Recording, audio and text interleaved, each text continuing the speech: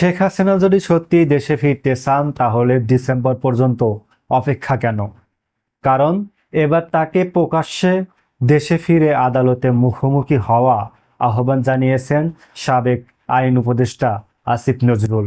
বিষয়টি নিয়ে রাজনৈতিক অঙ্গনে শুরু হয়েছে তুমুল আলোচনা।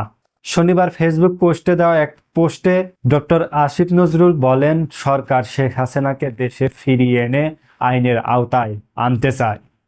অন্যদিকে শেখ হাসিনাও দেশে ফেরার আগ্রহের কথা জানিয়েছেন। তাই তিনি প্রশ্ন তুলেছেন, যদি সত্যিই ফেরার সিদ্ধান্ত নিয়ে থাকেন তাহলে ডিসেম্বর পর্যন্ত অপেক্ষা কেন? এখনই দেশে ফিরে আদালতে নিজের বক্তব্য তুলে ধরুন। তার পোস্টে আরও বলা হয়, জুলাই গণ অভ্যুত্থানের সময় প্রাণহানি, বিডিআর হত্যাকাণ্ড, শাপলা চত্বরের ঘটনা, বিচার বহির্ভূত হত্যাকাণ্ড, গুম, আয়নাগর দুর্নীতি, অর্থ পাচার ও ভোটাধিকার নিয়ে বিভিন্ন অভিযোগের বিষয়েও জনগণ ও আদালতের সামনে ব্যাখ্যা দেওয়া উচিত।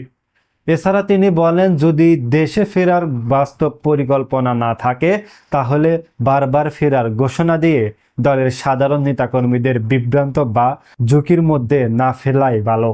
এর আগে আন্তর্জাতিক সংবাদ মাধ্যম রয়টার্সকে দেওয়া এক সাক্ষাৎকারে শেখ হাসিনা দাবি করেন, তিনি ডিসেম্বরে দেশে ফিরে আদালতে আত্মসমর্পণের পরিকল্পনা করেছেন। সেই বক্তব্য ঘিরেই নতুন করে রাজনৈতিক আলোচনা শুরু হয়েছে।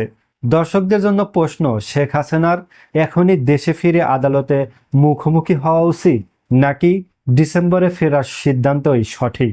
আপনার মতামত কমেন্ট বক্সে জানান।